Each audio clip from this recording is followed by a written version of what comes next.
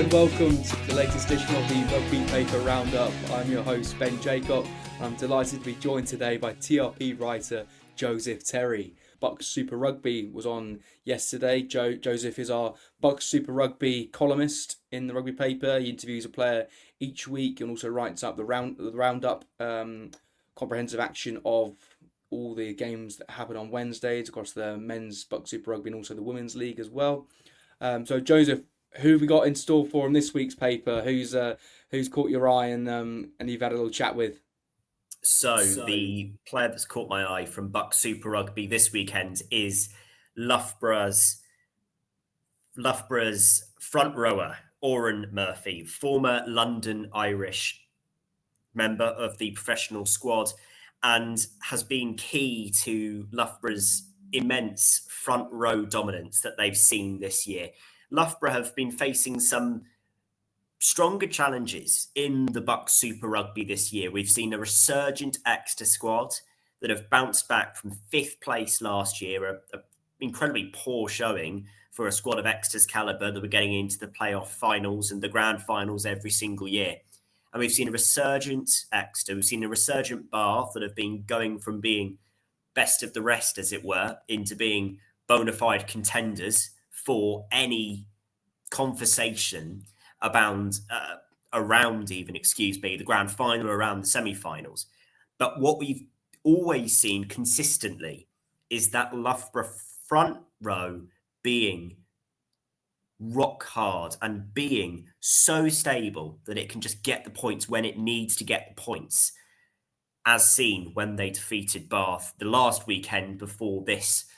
Although, mind you, if you looked at the form sheet right now for BUCS Super Rugby, you'd be totally clueless to what you were meaning to predict, because 5 of the top 6 lost matches from this week. First game week, even after reading week, and you see losses for Exeter, their first loss of the season. Loughborough lose to bottom of the table Swansea. Hartpury managed to get a win as defending champions, only the 3rd win of the season in what's been a fairly shocking title defence so far. They managed to get a win over Cardiff Met. Bath are defeated by Durham in 4th versus 5th. Loads of interesting battles going on here. And the key thing for Loughborough is that they've got the results when they needed to get them, with the exception of a loss to Exeter. They beat Bath when they needed to beat Bath. And if they can build on those results, then they can keep kicking on. If Loughborough win the BUCS Super Rugby, it will be because of their front row. There are some teams where it's because of their back row, and there are some teams in that it's because of their fly half, it's because of their fullback. I'd argue Exeter are a side that will win BUCS Super Rugby off their attacking line in the back row. If Loughborough win BUCS Super Rugby, I think it's off their front row. Well, very well summarised, Joseph. That's a really good insight, and it just shows you what an amazing league BUCS Super Rugby is. If that amazing stat that just won, everyone's losing to each other. It seems, and that's what you want from a division. Everyone that can beat each other, that creates excitement. And yeah, if you're a loose end on a Wednesday night, pop down to your local university or catch it on YouTube as well. I've seen games on streamed last night. Yeah, it's a really good brand of rugby, isn't it? It's exciting, fast paced. Defenses obviously aren't quite as good as you see maybe in the Prem, so there's more. It's very high scoring, isn't it? I was speaking to Ben Cohen a few weeks back, and he was telling me that the main difference between the BUCS Super Rugby fixtures and his Prem Cup fixtures, it wasn't the speed of play, it wasn't even the attacking style of play. What it was the physicality and the collisions. So if you think about BUCS Super Rugby and all university rugby to a greater extent as the foundation for what you're going to be facing just to a higher level, to a better standard in terms of the physicality and the collisions, then BUCS Super Rugby is great because you see attacking play, you see passes that should have no right of being made at all. And this is all going on a Wednesday night in front of thousands of people, in some cases, 8,000 people at the Rec to watch Exeter versus Bath, 5,500 to watch Exeter versus Durham at Sandy Park only 2 weeks ago, a week after the game at the Rec. And it's being played by your academy graduates from your Premiership teams. I will never forget, I think, one of the moments where I realised this fully. I was watching Rugby Varsity at my former university in Exeter. So full disclosure there of my support, even though it never shows on my columns, thankfully. I try my hardest. But there I was watching Varsity, and then this right wing for Durham sprints 90 metres, running the tightrope down the left edge, or down the right edge even, excuse me, and scores a wonder try. His name was Paul Brown Bampo, and this was a year before he'd been signed by Exeter Chiefs, playing for Durham University. And you just saw a player who you knew was going to be playing the Premiership in a year's time. He had that acceleration and that zip that you thought, this is me watching Prem Rugby. And that's when I think truly realised that it's worth watching, not just because it's got the atmosphere, but because these players, these athletes, and in some points professional athletes, are at professional standard. It just happens to be they're playing at a university league. Don't let yourself be fooled by the fact it's got BUCS University on the front of it. This is near enough college sport in America. Well, that's as good of an advert for the league as you could imagine. That's outstanding, and get the tournament organisers on you right now. Set up a marketing campaign. That's great insight. But you're absolutely bang on in terms of, you know, guys like Luke Northmore, Alex Donbrandt have gone through the BUCS Super Rugby programs. There's plenty more as well. Mm-hmm. But also at a time when, you know, Prem Rugby clubs, the finances around the league are, I mean, pretty dire straits at the minute. You know, the clubs that have survived, i.e. the 10 at the minute, are all in serious amounts of debt. So you could lose your job any minute, and those three that fell by the wayside proved that.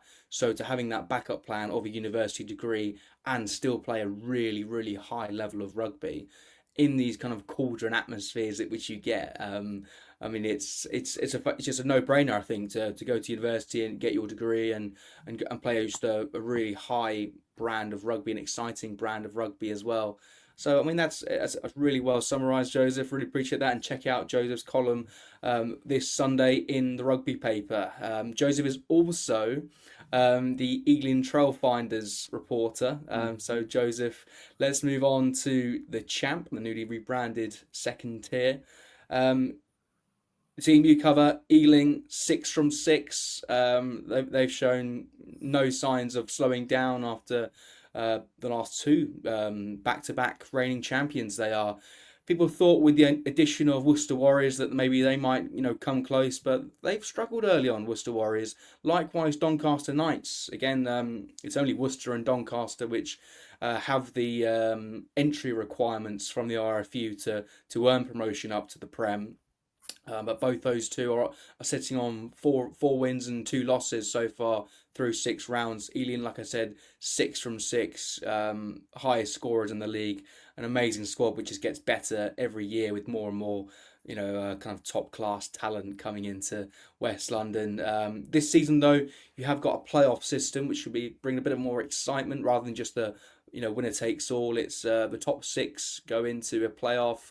Top 2 get a bye week, and then the next 4 go into kind of like a quarter-final playoff. Then that brings the top 2 in. So, I mean, that would be really exciting. Kind of taking a bit of inspiration from Championship football in terms of their always entertaining playoff system and how that goes about. But Joseph, from watching all the Ealing Trailfinders games this season, who's kind of caught your eye at the club there, and can you really sense that, you know, despite coming up short off the pitch in terms of their entry requirements, that the team on it are, you know, full of ambition and want to beat anything that's in front of them, regardless of what league they'll be playing in next season?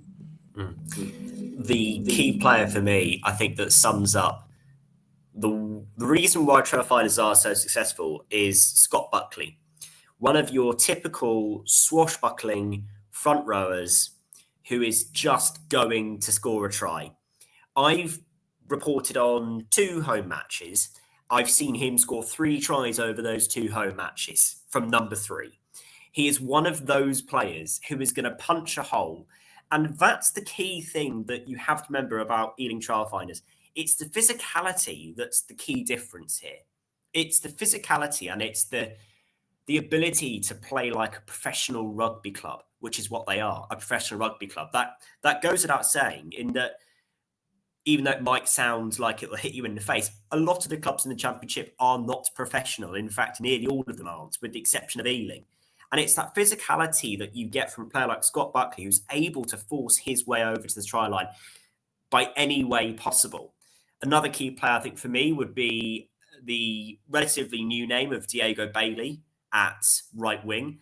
He's been incredibly strong. And something I really like about Diego Bailey's game style and gameplay that we've seen so far is that he's willing to attack the gap, even if he knows he'll get tackled. He's not one of these right wingers who's just going to pick a ball from the air that's been kicked cross field. He's the kind of right wing that will charge into the tackle. And that's a very interesting, I think, contrast sometimes, because a lot of the games in the Champ that I've been watching so far, it can be quite attritional, it can be quite penalty heavy, it can be quite set piece heavy, particularly when it comes to catch and drive and scrum. And that was particularly the case for the last game I was reporting on at Ealing against Hartpury, where Hartpury put the Frighteners on towards the end and scored 2 tries in the final 15 minutes. But there was something like 27 penalties over the match, and it was just scrum penalty, line out. And then in between, you had Diego Bailey charging headfirst into tackles on the right wing, really zipping some acceleration into the game. And I think he's been a very good signing for Trailfinders to inject some, I think, maybe not new names into the squad, because I think at a level like Champ, you want experience, because they know that their squad is able to win the league at a fairly decent canter as well over the last 2 seasons. But it's good to see that new generation coming through. I think Diego Bailey's been a superb signing. They are an incredibly well-rounded team, Ben, and for as much as you can try chip away at them, I can't see them not winning the title this year. That is my prediction, that they will win it. And I'm sure other people have said that before me, so I won't take credit for that. But I do think they win the Champ this year. You make an excellent point regarding the full-time teams and how, unfortunately, I believe way over half are part-time. But you have to say, looking at the Champ, certain part-time teams have been fantastic this season. Have really competed with the big boys. You mentioned their Hartpury have been outstanding. What the link with the university, they have been a brilliant side, and they only get better and better, more and more record finishes. Caldy have really caught the eye this year. I've interviewed a couple of players from the old Merseysiders, Gareth Davies' team. They are well up there, and they look equipped to stay up there as well. I think they're targeting a playoff push, and that's what's great about this new implementation of the playoffs, is because you get that excitement, the away day to Ealing, and maybe a bit of an upset in the playoffs. That'd be an amazing atmosphere, I'm sure. And then you've got other teams like Nottingham started really well to win, 4 out of 6. That's really impressive as well, only as a part-time side. So it is a lot more competitive than just full-time and your part-time, and there's just a big split between the two of them. Because you've seen, looking at the table, Nottingham and Caldy and Hartpury as well, I believe, are above other full-time sides like your Doncaster Knights and your Coventries. So it's not quite as simple as that, but and it's still been a really good league. You've seen more and more games this year being streamed by Clubber TV, which is great to get that exposure and to get more eyeballs on the game.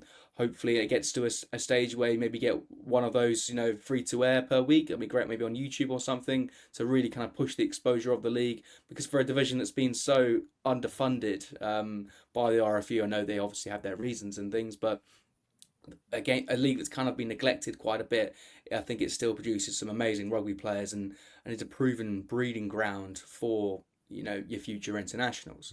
And so much experience goes back into that league from the Prem, and then vice versa. And also for me, the thing that I really love about the Champ, we're seeing new parts of the country being brought into that rugby union fold.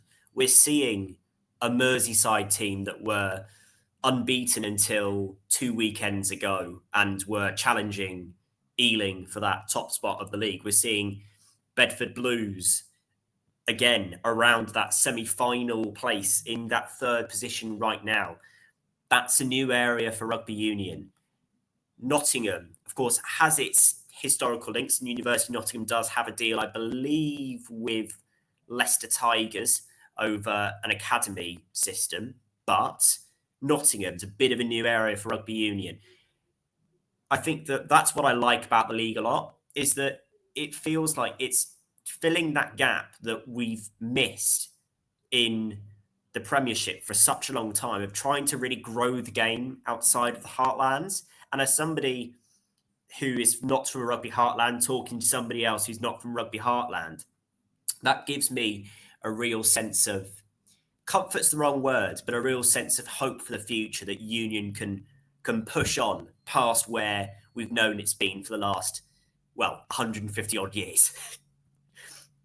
I think that's an outstanding point, Joseph, because, like you said, neither of us are from rugby heartlands. Obviously, we're both from down south, as you can probably tell by our accents, southeast. But there isn't a professional rugby team anywhere near where I live in Colchester. I think the closest is Saracens, but that's not exactly close either. And then Joseph is from Sussex. Sussex's only team was Worthing, wasn't it, in the National Leagues, who then unfortunately got relegated in the same season as the only team in Essex that were in the National Leagues were Colchester, who got relegated last year as well. So, I mean, you could argue Bishop Stortford on that kind of Cambridgeshire-Essex border, but it's certainly not a big heartland. So hopefully getting quality rugby into these areas you don't really associate with rugby union, like you mentioned, Caldy, Doncaster, Nottingham as well. You're kind of just building up that following and hopefully just grow the game. Because these clubs, they attract really good crowds as well. I mean, you've seen that from Bedford Blues, Coventry in particular. A lot of the time, they even rival sometimes. If I hate to kind of throw these Prem teams under the bus, but if the likes of Newcastle or Sale Sharks play a home game, not the biggest kind of home followings, a lot of the time the champ teams can actually almost rival the Prem game, which is amazing. But no, thank you so much for joining us, Joseph, on this latest edition of the Rugby Paper Roundup. Thank you for listening. To all the listeners out there, make sure to subscribe to get all the paper's content at the rugbypaper.co.uk/subscriptions, where you can choose a website, digital edition, or hard copy subscription. See you next week. Thank you.